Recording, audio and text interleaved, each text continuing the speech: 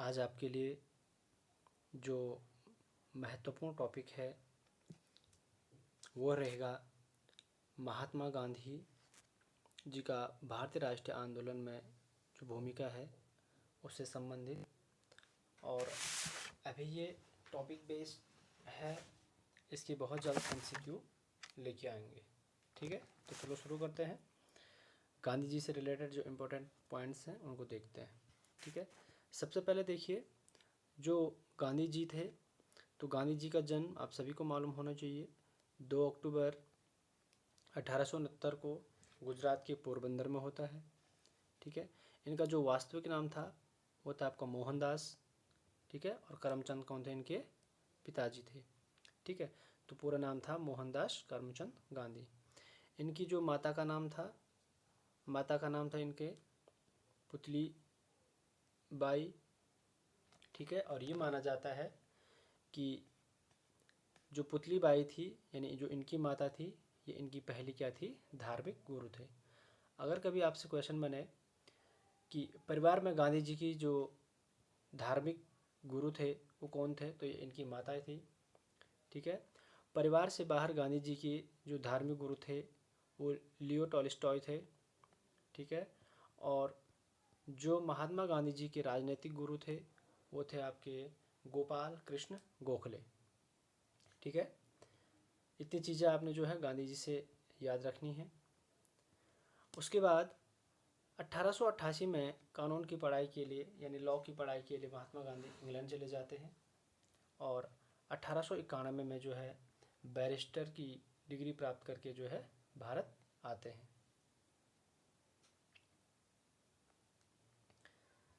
इसके बाद जब महात्मा गांधी जी भारत में आते हैं तो सबसे पहले गुजरात में जो है अपनी गतिविधि का केंद्र बनाते हैं, लेकिन गुजरात में इनको कुछ खास सफलता नहीं मिलती है। इसके बाद ये मुंबई में चले जाते हैं।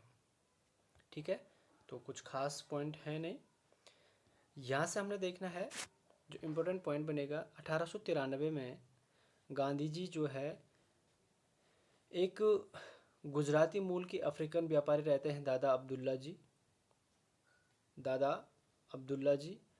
इनकी एक मुकदमे की पैरवी के लिए जो है महात्मा गांधी दक्षिण अफ्रीका चले जाते हैं। कब जाते हैं, 1893 में गांधी जो है दक्षिण अफ्रीका के लिए चले जाते हैं। ठीक है, और जब यहाँ पे चले जाते हैं तो यहाँ पे जो है ये केस को भी जीत जाते हैं। ठीक है ना। अब जब गांधी जी यहाँ पे 1893 में अफ्रीका में जाते हैं और केस जीतने के बाद यहाँ पे जब ट्रेन से सफ़र करते हैं तो यहाँ पे एक रेलवे ट्रैक का याद रखना, डरबन से प्रिटोरिया रेलवे ट्रैक। यहाँ पे एक रेलवे स्टेशन है मोरित्सबर्ग। यहाँ पे गांधी जी जो है प्रथम कोच में बैठे हुए थे, मतलब ट्रेन के पहले एसी कोच में बैठे हुए थे, जहाँ से गांधी जी को क्या किया जाता है, बाहर निकाला जाता है। ठीक है ना। अब क्या होता है, यहाँ पे उस समय जो है रजिस्ट्रेशन एक्ट था, यानी कि जो यहाँ पे जो दक्षिण अफ्रीका में जो बाहर के लोग थे या जो काले लोग थे उनके लिए एक स्पेशल टोकन नंबर दिया जाता था, यानी एक आई कार्ड दिया जाता था जिसके द्वारा उनकी पहचान की जाती थी, जिसको जो है वहाँ पे रजिस्ट्रेशन एक्ट कहा जाता था। ठीक है ना, तमाम चीज़ें हैं। जब गांधी जी के साथ ये सब होता है उनको ट्रेन के पहले कोच से यानी कि एसी कोच से जो है बाहर निकाला जाता है। तो यहाँ से जो इम्पोर्टेंट पॉइंट बनेगा वो बनेगा आपका कि 1894 में गांधी जी जो है दक्षिण अफ्रीका में नटाल इंडिया कांग्रेस की स्थापना करते हैं। ठीक है ना, और यह गांधी जी द्वारा बनाया गया पहला क्या था, राजनीतिक संगठन था। कौन था, 1894 में नटाल इंडिया कांग्रेस की स्थापना गांधी जी के द्वारा की जाती है। ठीक है ना। इसके बाद क्या होता है, 1901 में गांधी जी जो है भारत आते हैं और कांग्रेस के कलकत्ता अधिवेशन में क्या होता है, सम्मिलित होते हैं। एक तरीके से जो है कांग्रेस की सदस्यता ये जो है ग्रहण कर लेते हैं। ठीक है ना। 1903 का टाइम आता है और 1903 में क्या करते हैं गांधी जी, दक्षिण अफ्रीका में से जो है एक पत्र निकालते हैं जिसका नाम था इंडियन ओपिनियन पत्र। तो बहुत इंपॉर्टेंट पत्र रहेगा आपका, इसकी डेट याद रखना, कब, 1903 1903 में जो है दक्षिण अफ्रीका से गांधी जी जो है इंडियन ओपिनियन पत्र जो है प्रकाशित करते हैं, जो गांधी जी का क्या था, पहला समाचार पत्र था। ठीक है ना। इसी बार नेक्स्ट देखेंगे। तो जो नेक्स्ट है आपका, जो नेक्स्ट पॉइंट बनेगा, ये बनेगा आपका कि 1904 में गांधी जी जो है फिनिक्स आश्रम की स्थापना करते हैं। कहाँ पे? दक्षिण अफ्रीका में। ठीक है। 1906 में गांधी जी पहली बार दक्षिण अफ्रीका में जो परवाना कानून यानी जो रजिस्ट्रेशन एक्ट था के विरुद्ध में पहली बार क्या करते हैं, सत्याग्रह करते हैं।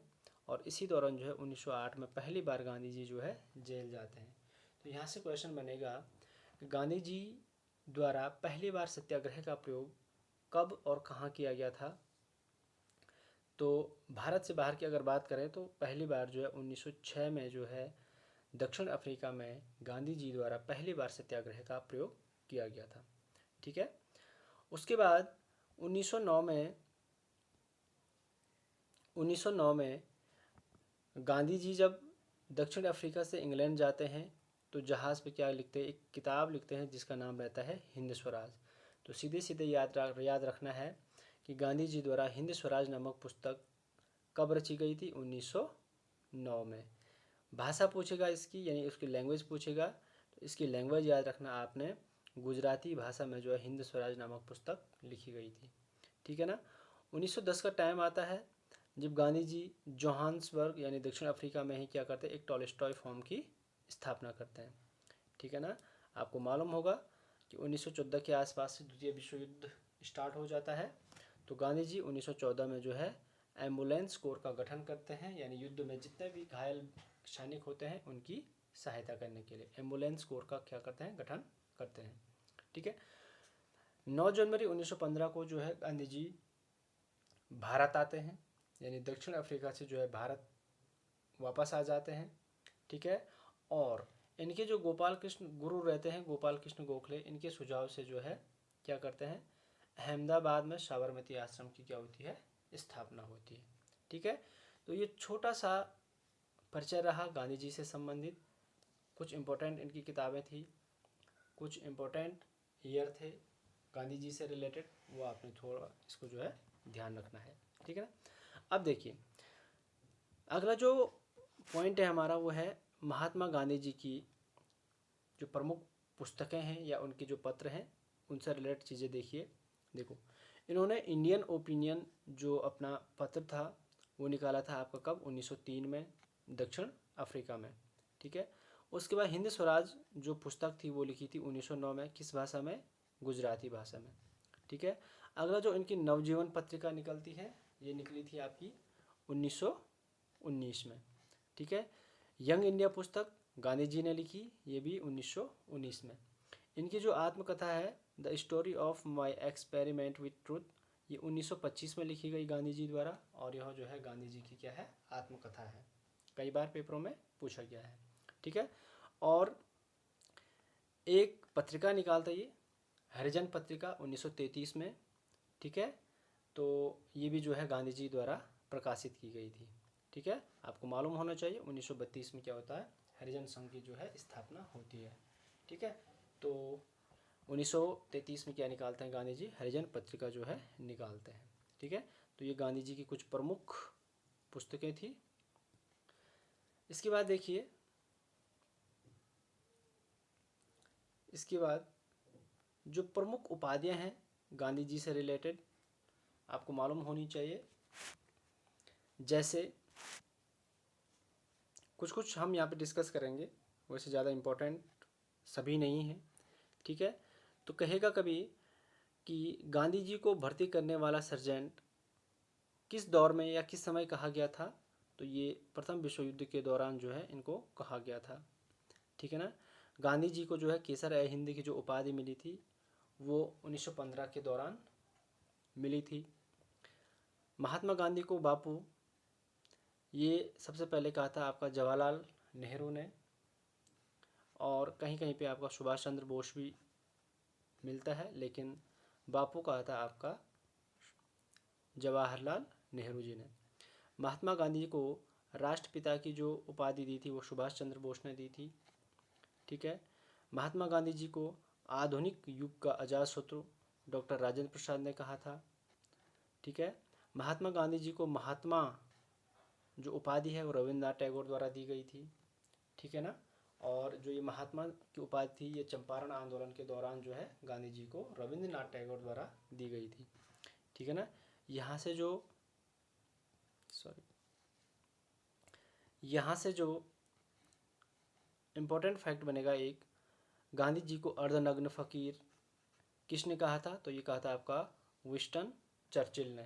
कब कहा था ये? द्वितीय गोलमेज सम्मेलन के दौरान,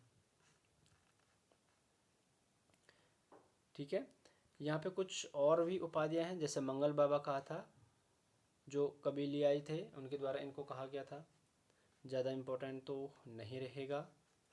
इसके बाद गांधी जी को वन मैन बाउंड्री फोर्स, कई बार एग्जाम में आ रखा है, ये कहा था आपका लॉर्ड माउंटबेटन, ठीक है ना। फिर ऐसे ही कुछ हैं, कुली बैरिस्टर, ये दक्षिण अफ्रीका में कहा था, ठीक है। ऐसा ही भिखारियों का राजा मदन मोहन मौलवी द्वारा कहा गया था। कर्मवीर दक्षिण अफ्रीका के सहयोगियों द्वारा कहा गया था, ठीक है। तो ये कुछ ज़्यादा इम्पोर्टेंट है नहीं, इसलिए इन पर ज़्यादा डिस्कस नहीं करेंगे।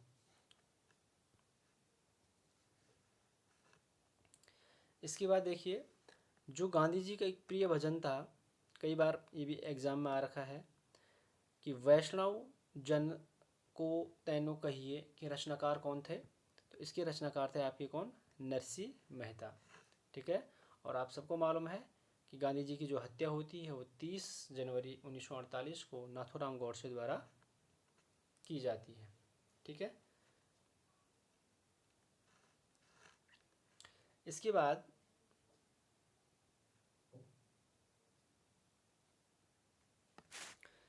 जो नेक्स्ट पॉइंट है, ये कुछ महात्मा गांधी जी से फैक्ट हैं, इनको भी हमको हल्का फुल्का देखना है। जैसे गांधी जी के जो राजनीतिक गुरु थे वो थे आपके गोपाल कृष्ण गोखले, और जब गांधी जी भारत में आए थे तो गोखले जी ने एक सलाह दी थी गांधी जी को कि भारत में जो पहले वर्ष रहोगे तो अपने कान खुले रखना, लेकिन मुंह क्या रखना? बंद रखना, ठीक है ना। तो एक तरीके से नसीहत दी थी कि पहले आप क्या करना? भारत को समझना। गांधी जी के सत्याग्रह की रणनीति में जो उपवास है उसको सबसे महत्वपूर्ण स्थान दिया गया था, उपवास को, और जो हड़ताल है सबसे अंतिम स्थान इसको दिया गया था, ठीक है ना। गांधी जी की जो गांधीवादी विचारधारा था, ये रस्किन हो गया, थोरो हो गया एंड टॉलस्टॉय की बातों से प्रभावित थे, ठीक है। रस्किन से गांधी जी ने शारीरिक श्रम को, यानी शारीरिक श्रम की विचारधारा को अपनाया। थोरो से गांधी जी ने सविनय का जो विचार था उसको अपनाया, और टॉलस्टॉय के विचार से गांधी जी सर्वाधिक प्रभावित हुए थे, ठीक है। क्योंकि इन्होंने क्या कहा था कि ईश्वर का राज्य, यानी ईश्वर आपके कहाँ है? भीतर है, यानी ईश्वर प्रत्येक व्यक्ति के अंदर है और ईश्वर जो है आपके अंदर भी निवास करता है, ठीक है। कई बार एग्जाम में रस्किन की पुस्तक भी पूछता है, तो जो रस्किन की पुस्तक थी अनटू द लास्ट, इससे जो है गांधी जी जो है इस पुस्तक से सर्वाधिक प्रभावित हुए थे, ठीक है ना। तो गांधी जी से कुछ ये महत्वपूर्ण फैक्ट थे जिनको आपने जो है थोड़ा सा ध्यान रखना है। गांधी जी से जो अलग, और इनका अब भारतीय राष्ट्रीय आंदोलन में जो योगदान रहेगा उसके लिए हम अगली वीडियो लाएंगे, ठीक है। तो ये कुछ गांधी जी के जीवन से रिलेटेड कुछ महत्वपूर्ण पॉइंट थे, इनको आप लोग जो है नोट कर लेना, ठीक है। धन्यवाद।